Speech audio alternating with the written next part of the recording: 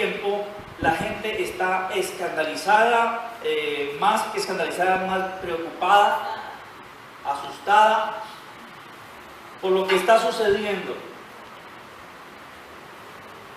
Terremotos, temblores, huracanes. Estados Unidos verbalmente le ha declarado la guerra a Corea del Norte. Corea del Norte se está preparando para, con sus bombas atómicas, acabar esta tierra, según Kim Jong. Y Estados Unidos no se va a dejar. Entonces China y Japón están preocupados, y la preocupación es, en el mundo se nota. La gente está preocupada, mensajes vía WhatsApp de una cosa, de otra, y la gente está temblorosa, asustada, preocupada, y en cierto modo tienen razón. Pero yo hago una pregunta: ¿por qué hubo el diluvio? Bien, sencillo, por el pecado del hombre. Y lo que está sucediendo hoy es la misma historia, el pecado del hombre. Yo soy de los aterrados de dónde ha llegado la degradación del hombre. Hemos tocado fondo. Hemos tocado fondo. En estos días veía de un niño de 2 años en Medellín que fue brutalmente asesinado por su padrastro, violado por su padrastro, golpeado sin misericordia. Un niño de 2 años. Van más de 2.700 casos reportados de violaciones de niños en nuestro país.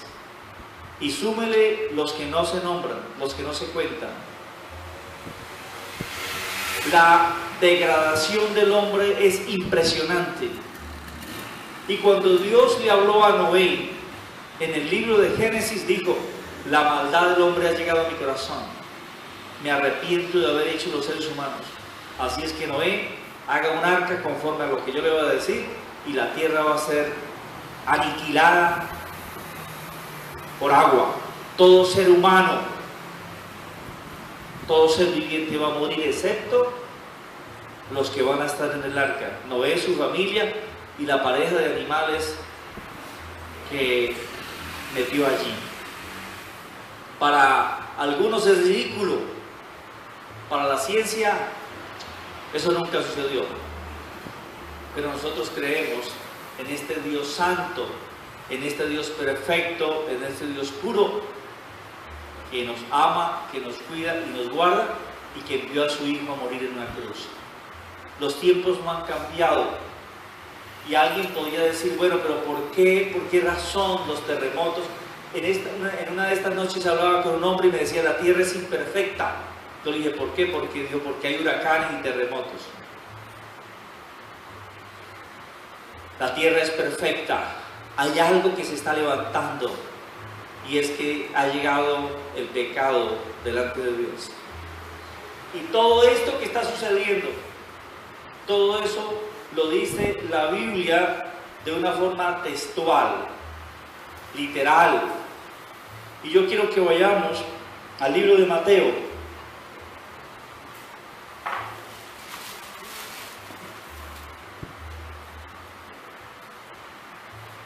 En el libro de Mateo, capítulo 24, versículo del 29 al 31, si alguien lo puede leer, sería muy bueno.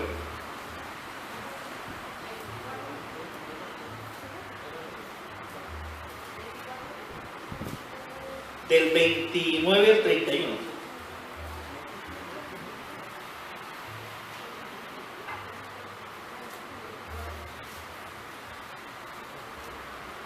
Fuerte y claro.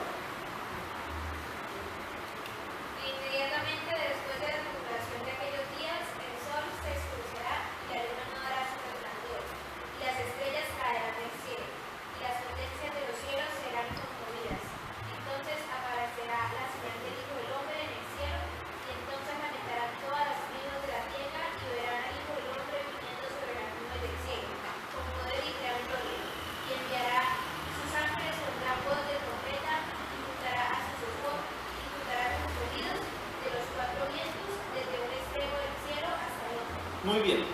La venida de Cristo es inminente. Cristo viene en las nubes.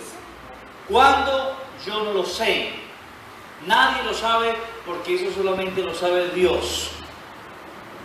Pero todo esto que está sucediendo es nada menos ni nada más que puertas abiertas para que la venida de Cristo se cumpla. Pero antes que Cristo Jesús venga en las nubes, es necesario que sucedan algunas cosas. Es necesario que hayan manifestaciones para que cuando Cristo venga en las nubes no haya ninguna duda. Cuando el diluvio, Dios le dice a Noé que haga un arca con unas dimensiones. El arca era como una caja de bocadillo más o menos, pero gigante. No era un barco como nosotros conocemos, no era un cajón, que a medida que fue llegando el agua, el cajón fue flotando. Pero hubo una advertencia.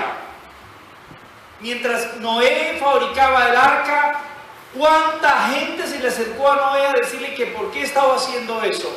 Y Noé quizá le dijo, es que Dios va a castigar este mundo con un diluvio. ¿Y sabe qué era lo que sucedía en ese tiempo? Que no llovía como llueve hoy. No caía el agua de arriba hacia abajo, sino que salía un vapor, como un rocío que cubría la tierra. Y para la gente era imposible. ¿Cómo Noé? ¿Cómo este Noé se ha vuelto loco? ¿Cómo es que está haciendo un cajón grande y que va a meter animales y va a meter a su familia porque un diluvio va a cubrir la tierra? La gente no creyó. La gente no creyó hasta que empezaron a caer las primeras gotas de agua. Y cuando empezaron a caer las primeras gotas, la gente, yo creo que corrió a refugiarse en el arca de Noé. Pero dice la Biblia que vino un ángel del cielo y cerró la puerta y no dejó entrar a nadie. Hoy estamos anunciando la venida de Cristo Jesús y decimos que Cristo Jesús viene en las nubes con poder y gran gloria, y la gente dice, no, yo no creo eso, eso es mentira. Eso se está diciendo desde hace mucho tiempo y no viene. Aténgase a eso y no vaya a Cristo. Es una realidad. Yo quiero que miremos del mismo capítulo, del 1 al 14, lo voy a leer yo. Vamos a seguir la lectura. Mateo 24, del 1 al 14. Con esto yo no quiero atemorizarlos. Con esto lo que yo quiero es crearles seguridad de dónde estamos, quiénes somos, para dónde vamos, y que acostémonos tranquilos. El salmo que Víctor leyó, ¿qué salmo fue, Víctor? El 127. Hay una parte donde dice que Dios le dará el sueño a sus hijos. ¿Puede leer ese pedacito solamente?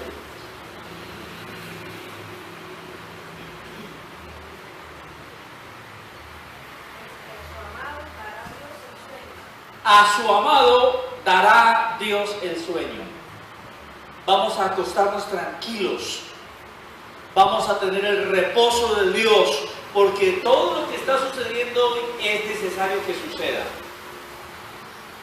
Yo creo que lo dije aquí. Yo no oro para que las cosas no sucedan. Yo oro para que se haga la voluntad de Dios. Si a mí me dicen que esta noche va a haber un terremoto en Cúcuta, yo le digo, Señor, hágase tu voluntad. Porque si a raíz de ese terremoto la gente se va a arrepentir, que haya el terremoto. Seguro. O si, pon atención, si esta noche dijeran que va a temblar en Cúcuta, no lo pongamos terremoto, que va a temblar. Y seguro porque los científicos ya han descubierto un sistema para adelantarse a los terremotos que aún no existe todavía. Y entonces a las 7 de la noche va a temblar. Ya todo está comprobado científicamente. ¿Qué haría la gente?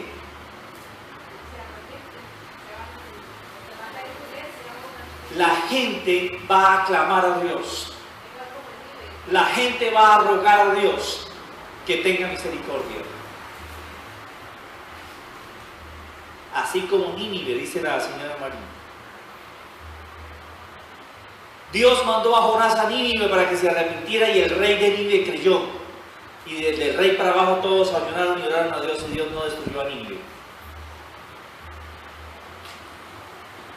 De manera que muchos de estos catástrofes que hoy están sucediendo animan a la gente a buscar de Dios. No debería ser así, pero desafortunadamente pareciera que de la única forma que los humanos entienden es sacudiéndolos. Dice Mateo 24 del 1 al 14, perdón, del 13 al 14. Y estando él sentado en el monte de los olivos, los discípulos se le acercaron aparte diciendo: dinos, ¿cuándo serán estas cosas y qué señal habrá de tu venida al fin del siglo? Respondiendo Jesús le dijo: mirad que nadie os engañe, porque vendrán muchos en mi nombre diciendo yo soy el Cristo, y a muchos se engañarán. ¿Esto está sucediendo? Claro. Por todos los 5 continentes, hombres engañadores están diciendo que ellos son. Y oiréis de guerras y rumores de guerras. ¿Está sucediendo? Claro que sí. Mirad que no os turbéis, porque es necesario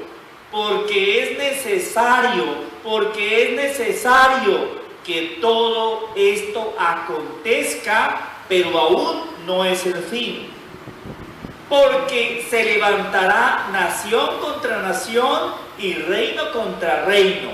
Habrán pestes, hambres y terremotos en diferentes lugares. ¿Está sucediendo? Está sucediendo. Y todo esto será principio de dolores. Perdón, termina. Y todo esto será principio de dolores. Entonces os entregarán a tribulación y os matarán, y seréis aborrecidos de todas las gentes por causa de mi nombre.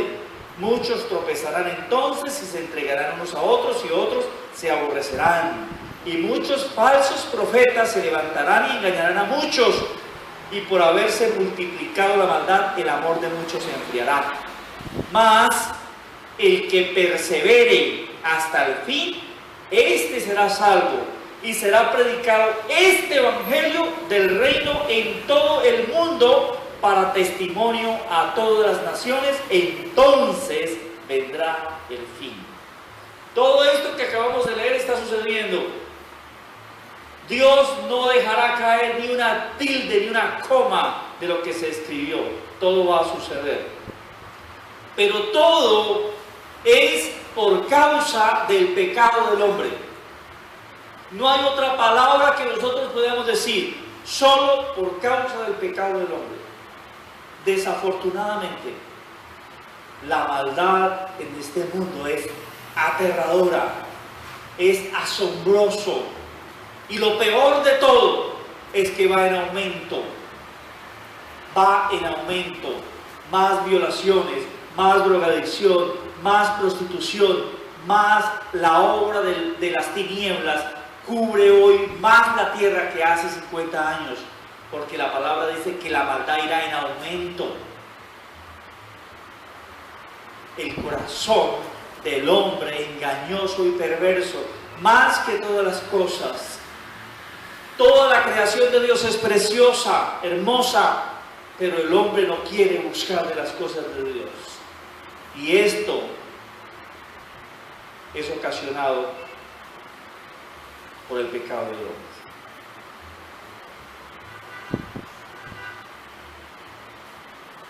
Pero hay algo importante que debemos saber en esta mañana, y es que Dios va a cumplir su propósito. Sea lo que sea, cueste lo que cueste, Dios va a cumplir su propósito. Una de las cosas que a mí personalmente me llaman poderosamente la atención es lo que Dios hizo con su Hijo en la cruz. No había otra forma de reconciliar a los seres humanos con Dios si no era un sacrificio.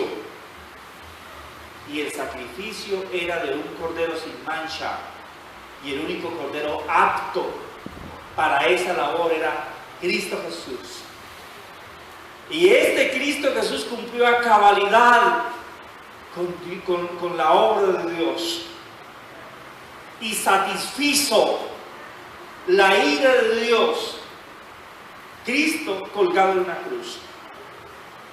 Decía en unos días a unas personas en una reunión cuán horroroso, cuán terrible, cuán pecaminoso es el pecado delante de Dios, que a Cristo Jesús le tocó morir en una cruz para reconciliar a los seres humanos con Dios. Muy horrible el pecado.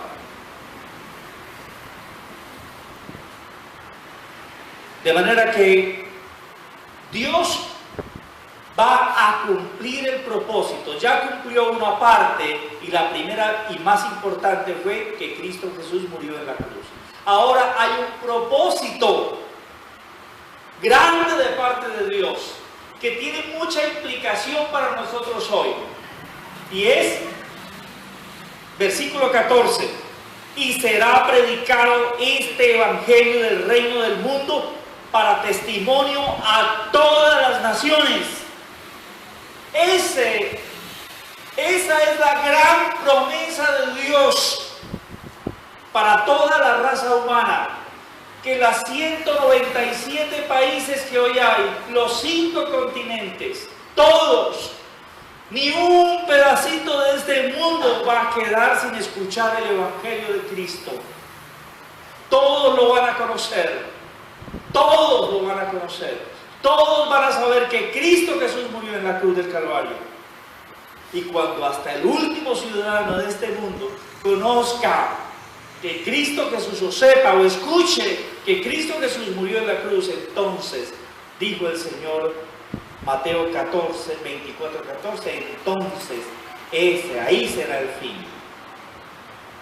Y Dios va a hacer todo lo que sea necesario para que estos 197 países conozcan a su Hijo. No se va a guardar absolutamente nada para que esto suceda. Por eso, cuando uno escucha a algunas personas que están enseñando, presentándoles a Cristo para que solucione sus problemas, yo digo no, yo nunca presento a Cristo para que solucione sus problemas. Yo presento a Cristo para que se salve y tenga vida eterna. Así siga con sus problemas, así siga con sus defectos, perdón, así siga con su enfermedad. Aquí lo más importante es que al final del camino mi vida sea para Cristo Jesús por toda la eternidad. ¿Saben que cuando yo hablo de esto, yo me acuerdo de un pasaje, y es el pasaje de este hombre que estaba a la afuera de un palacio lleno de llagas, y que en el palacio había un hombre rico que se vestía de púrpura y que hacía banquetes y fiestas.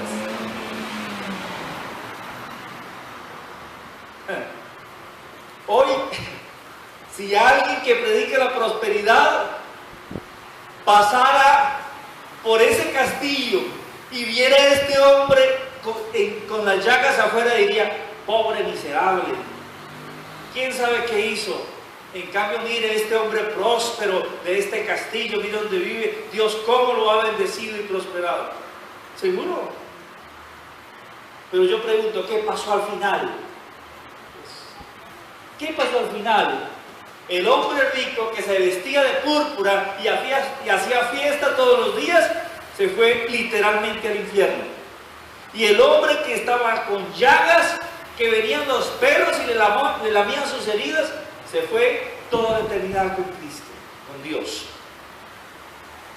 Hermanos amados, preciosísimos de Jesús, ovejas queridas del Señor, aquí lo más importante y lo más trascendental de nuestra vida es conocer al Señor Jesús y pasar toda la eternidad con Él, independientemente del resto de cosas que puedan suceder. Que les quede muy claro esto: el tener salud y el ser prósperos económicamente no me dan garantía de que al final de mi vida yo vaya con Cristo. Lo único que a mí me da garantía es que haya aceptado a Cristo Jesús como mi verdadero Salvador, el Señor de mi vida, y empiece a guardar sus mandamientos.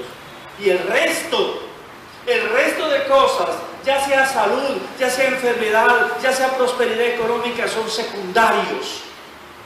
Vienen por añadidura.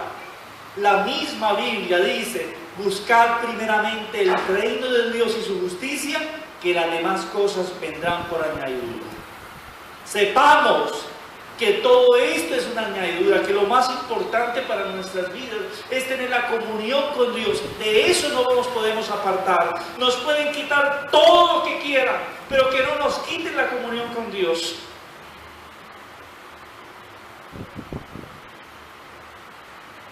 Hoy escuchaba un poquito una predicación que Marina estaba escuchando, y el predicador decía que si te acercas a Dios, Dios va a cumplir sus sueños.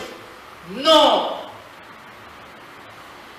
Si yo me acerco a Dios, yo quiero cumplir los sueños de Dios. Y los sueños de Dios es que todo el mundo conozca a su Hijo. Ese es el sueño de Dios. Dios no va a cumplir mis sueños. Yo quiero cumplir los sueños de Dios. Yo no puedo acercarme a una persona a decirle: mira, acérquese a Jesús y Él va a cumplir todos sus sueños y le va a dar una casa de esto y de esto. No, yo quiero cumplir los sueños de Dios. Y yo, cuando voy a la bendita Escritura, encuentro que el sueño de Dios es que todo el mundo conozca de su Hijo y que todo el mundo sea salvo. No encuentro otro mayor sueño de este de Dios, porque el anhelo y el deseo más grande que tiene Dios es que la muerte de su Hijo no pase en vano, sino que todos los seres humanos vayan al arrepentimiento. Y el resto, y mis sueños, mis deseos, mi pasión y todas aquellas cosas que me gustan, vendrán por añadidura. Vendrán por añadidura. ¿Cuándo? Yo no lo sé. No sé cuándo vendrán. No sé cuándo va a suceder eso. Les contaba en una de estas predicaciones que el pueblo, que los apóstoles le dijeron al Señor que cuándo iba a restaurar el reino de Israel. Y la respuesta del Señor les dijo es: no os toca a vosotros saber estas cosas, pero recibiréis poder cuando haya venido sobre vosotros el Espíritu Santo. Me he empezado a leer lo que escribí y ya faltan 20. Vamos a mirar.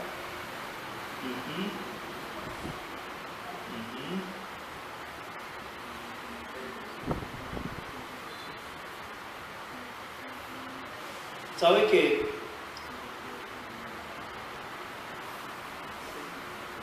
es muy interesante porque uno mira los hechos de los apóstoles?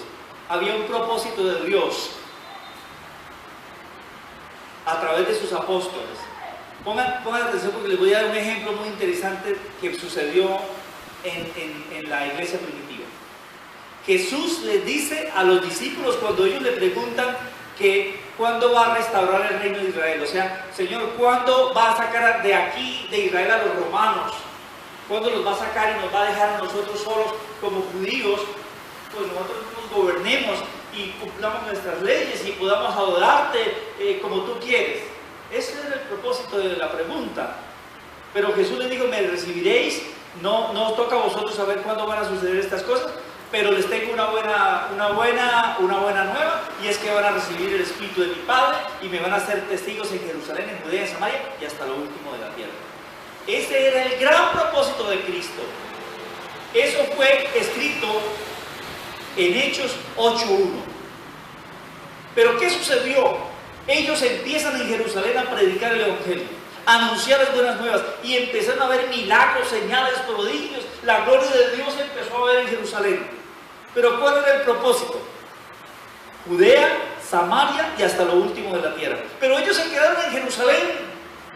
Y las cosas iban bien en Jerusalén, al tanto que los mismos hermanos vendían las cosas y nada les faltaba a nadie. Todos tenían las cosas en común. Y escuchen este versículo que está en Hechos 2, porque es muy interesante, porque así todo esto es el proceso y lo que Dios quiere, y sin importar qué pueda suceder. 2:43 al 47. Leo. Ellos están en Jerusalén. Ellos están compartiendo la palabra en Jerusalén. Claro, es que Jesús les había dicho que Jerusalén, pero faltaba Judea, Samaria y hasta lo último de la tierra. Y pareciera que ellos tenían mucha comodidad en Jerusalén. Y dice la Escritura: y sobrevino temor a toda persona, y muchas maravillas y señales eran hechas por los apóstoles. Todos los que habían creído estaban juntos, tenían en común todas las cosas, vendían sus propiedades y sus bienes y los repartían a todos según la necesidad de cada uno. Y perseverando unánimes cada día en el templo y partiendo el pan en las casas, comían juntos con alegría y sencillez de corazón.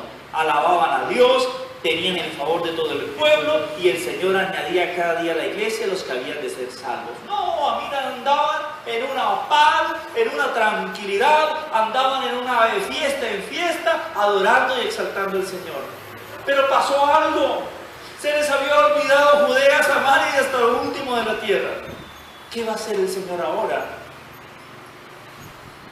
¿Qué va a hacer el Señor? El Señor los está mirando, y estos se quedaron aquí en Jerusalén, están repartiendo el pan, están conviviendo todo, qué bien, pero yo necesito que vayan a Judea, necesito que vayan a Samaria, necesito que vayan hasta lo último de la tierra. Miremos 8:1, ¿qué pasó? 8:1.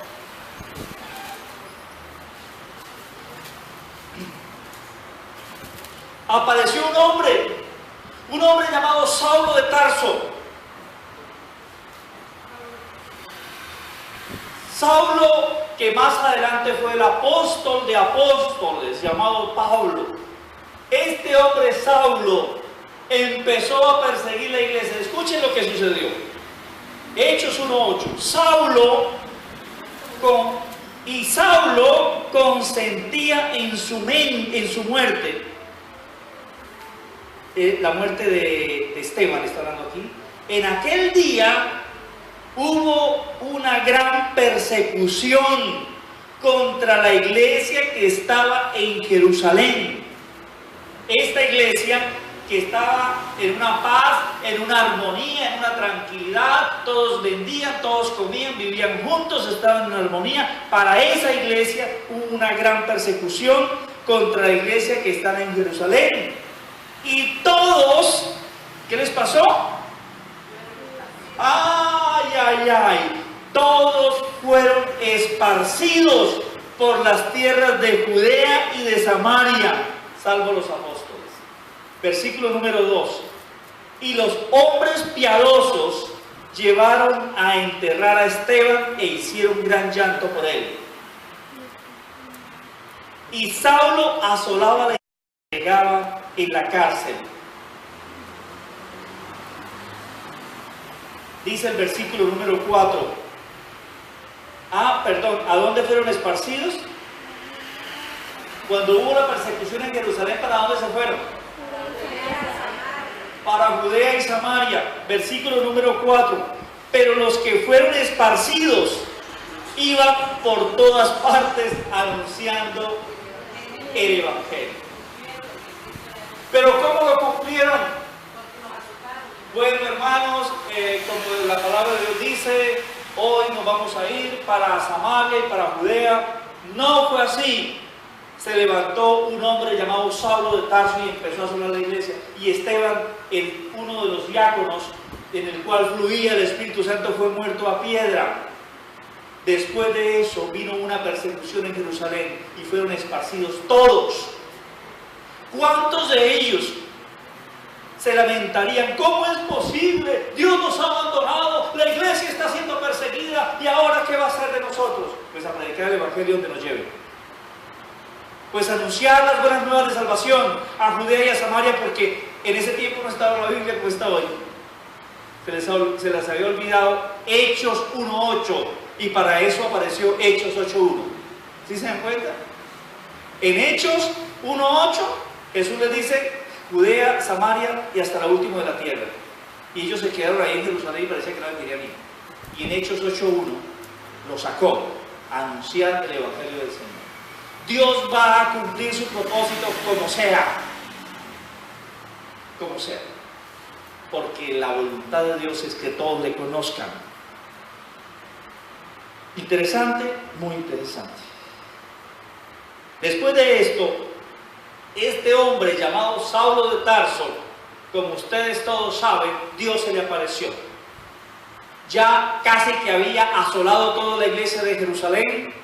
Fue a los sacerdotes, les dijo: sacerdotes, háganme un favor, yo necesito que me den una autorización para ir a perseguir a esos del camino de ese tal Jesús que están en Damasco también.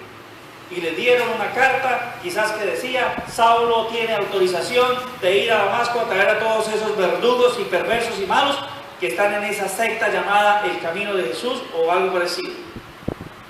Y dice que Saulo se fue para Damasco, quizás así con todo, con el poder de la carta y todo, y Jesús se le apareció.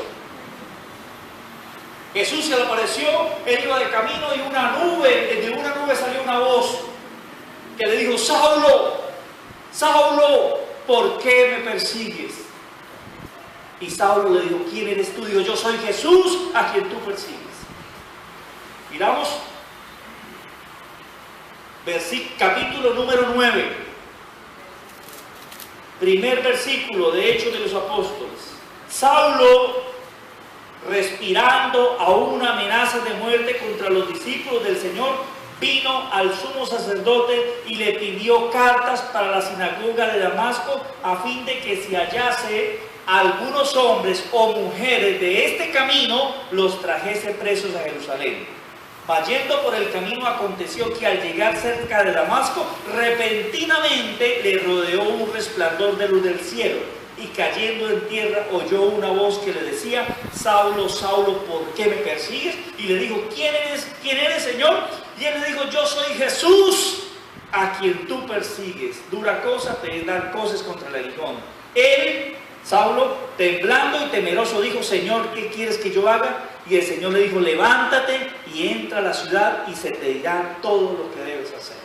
Este hombre perseguidor de la iglesia de Cristo acaba de ser llamado por Cristo a anunciar su evangelio. Y lo utiliza como un instrumento para él. Y de todas las cosas que hizo Saulo, yo quiero resaltar una en esta mañana. Había una isla de la cual yo quiero ir. Se llamaba la isla Malta, que le estoy orando al Señor para que me dé la oportunidad de ir a la isla Malta.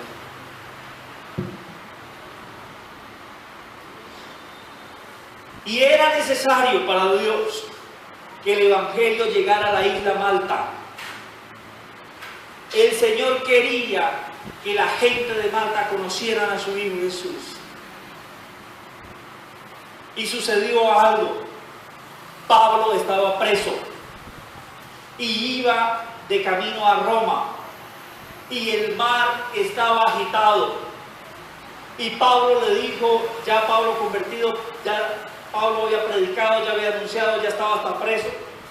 Pablo le dice al capitán del barco: no nos embarquemos, porque mire cómo está la tormenta, vamos a naufragar. Y el capitán le dijo: no, así nos vamos. Y se fueron. Vamos a leer la historia. Y muchas cosas vamos a aprender de aquí. Lástima que nos falten sino 10 minutos para las 12.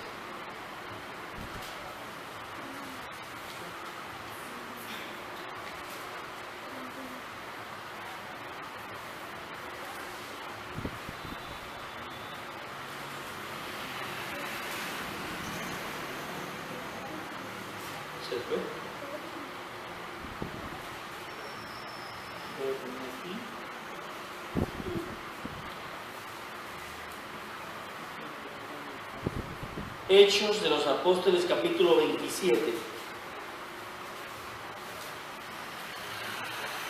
Pablo es enviado a Roma.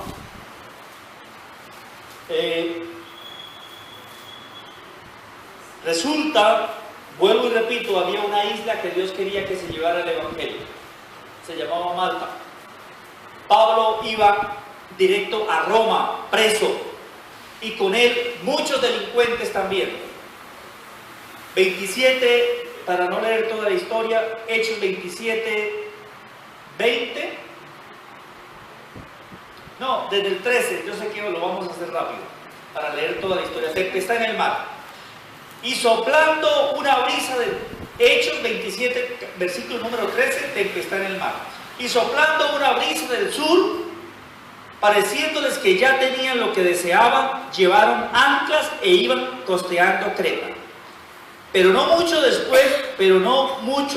después dio contra la nave un viento huracanado llamado Eurociclón. En ese tiempo también le ponían nombre a los huracanes. Este se llamaba Eurociclón, ahora se llama María, se llama Irma, se llama Marina, se llama Eliana. Y siendo arrebatada la nave y no pudiendo poner proa al viento, nos abandonamos en él y nos dejamos llevar. Y habiendo corrido Satovento en una pequeña isla llamada Clauda, con dificultad pudimos recoger el esquife. Y una vez subido a bordo, usaron de refuerzos para ceñir la nave y teniendo temor del mar,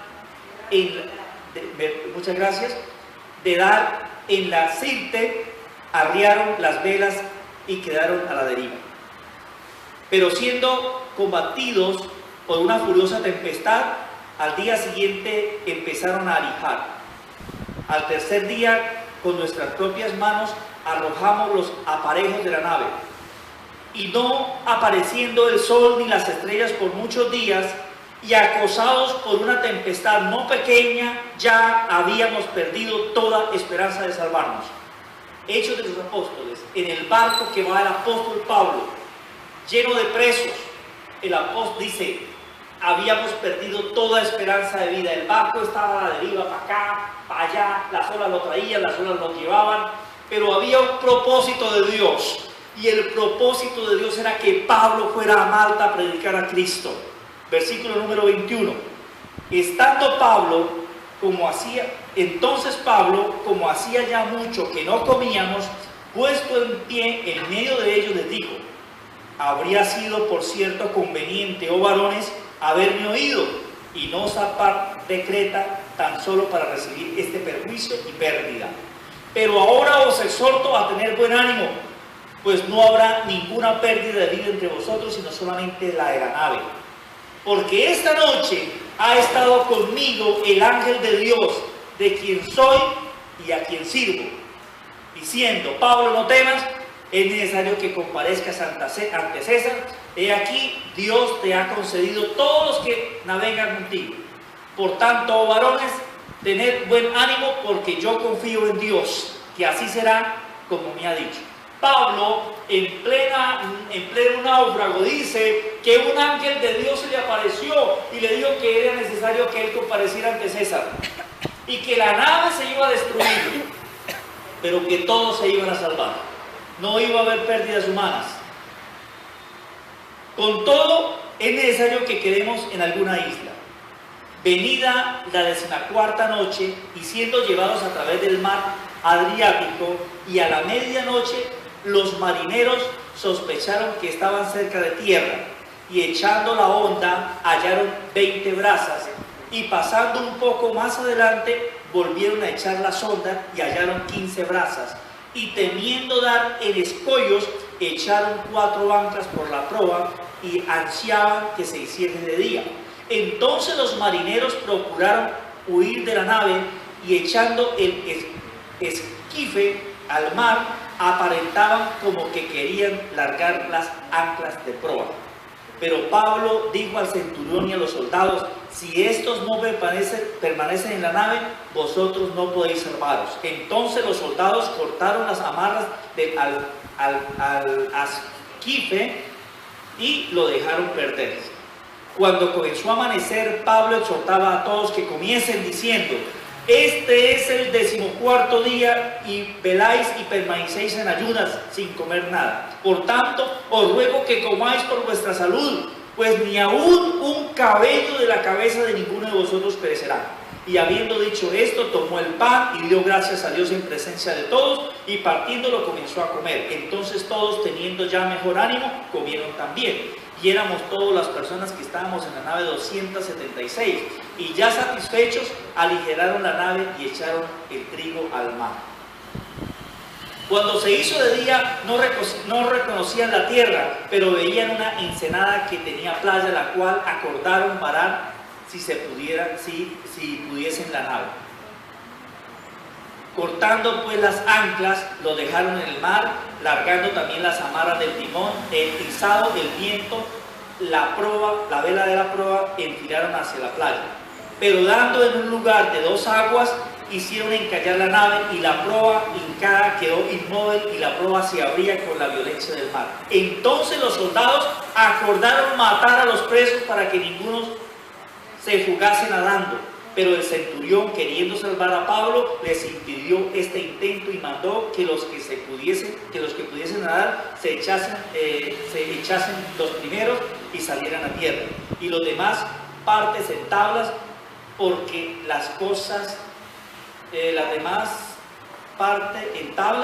parte de las cosas de la nave. Y así aconteció que todos se salvaron saliendo a tierra. Mira, ¿por qué les quise leer todo? Para contar la historia con pelos y señales. El barco literalmente se volvió pedazos. Este barco que iba a llevar a Pablo a Roma a encontrarse con César, pero había algo que Dios quería hacer, y era que el evangelio llegara a Malta. ¿Qué hizo? Se levantó un mar, el barco se partió y todos los presos saltaron al mar y llegaron a una isla, y esa isla se llamaba Malta.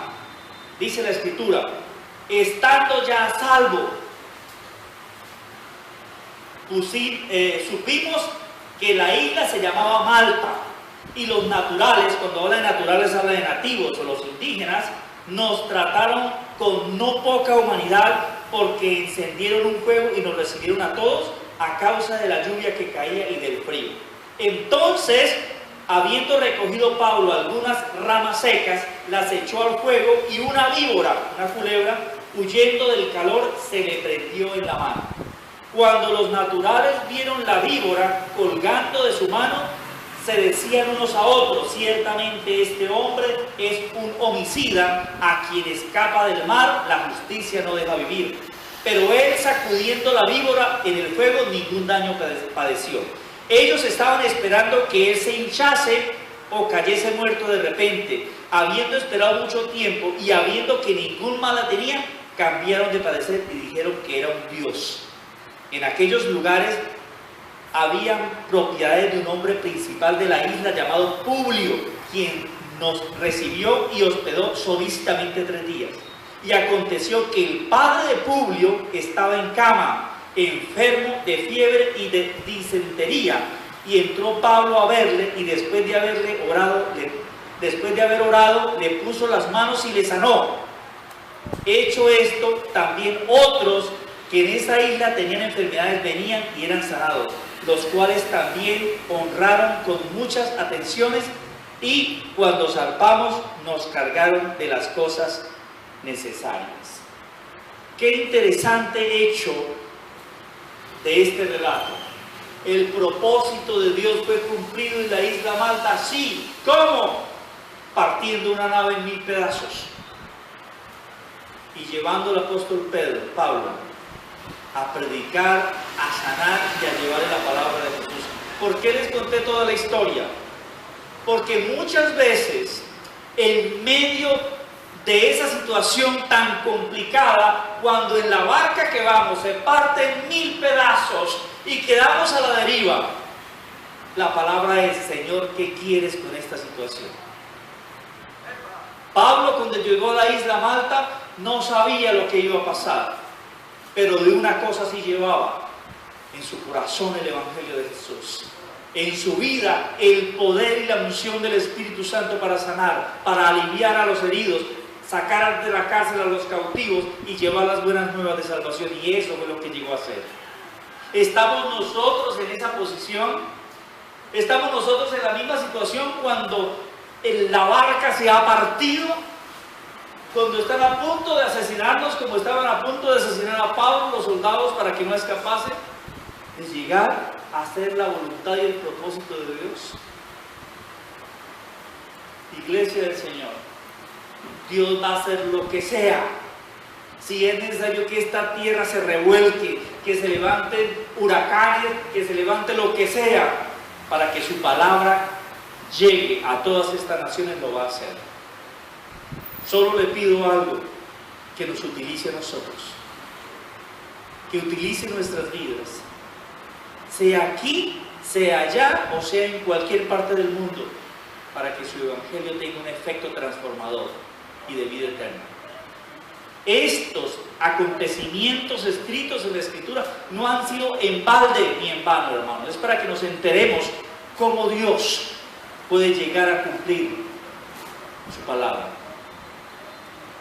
Nínive era una ciudad pervertida, era una ciudad que no era de judíos, que no era del pueblo escogido por Dios. Sin embargo, Dios mandó un hombre llamado Jonás, y este hombre llamado Jonás dijo: yo a Nínive no voy, yo a Nínive no voy, no quiero a Nínive, porque esos hombres en algún tiempo mataron a nuestros familiares. Ellos fueron enemigos de Israel. Y se metió en un barco y se fue para otro lado, pero allá, metido en ese barco, Dios levantó una tempestad e hizo que a Jonás lo botaran del barco, y que un gran pez recogiera a Jonás y lo vomitara cerca de Nínive, para que Jonás cumpliera su propósito. Si es necesario, Dios nos va a introducir en la barriga de un pez y nos va a vomitar donde Él quiera que vayamos. ¿Cómo? Como Él quiso. Por eso les digo, Iglesia del Señor, yo no estoy, ni ninguno de nosotros está aquí para que Dios complazca o cumpla sus sueños. Estamos aquí para cumplir los sueños de Dios. Y el sueño de Dios es que el Evangelio sea regado por las 197 países y que todos conozcan a Jesús de Nazaret, que dio su vida en la cruz para darnos salvación y vida eterna. ¿Cuántos estamos dispuestos? ¿Cuántos le queremos decir: Señor, heme aquí, envíame a mí? A veces en la música las cantamos: Señor, todo lo que tengo es tuyo, le decimos. Toma mi corazón, toma mi vida. Pero cuando empiezan a pasar cosas, empezamos nosotros a decir: no, Señor, no, este no era mi sueño, Señor. Esto no era lo que yo quería. Este camino del Señor es precioso, hermoso, cuando se hace la voluntad de Dios.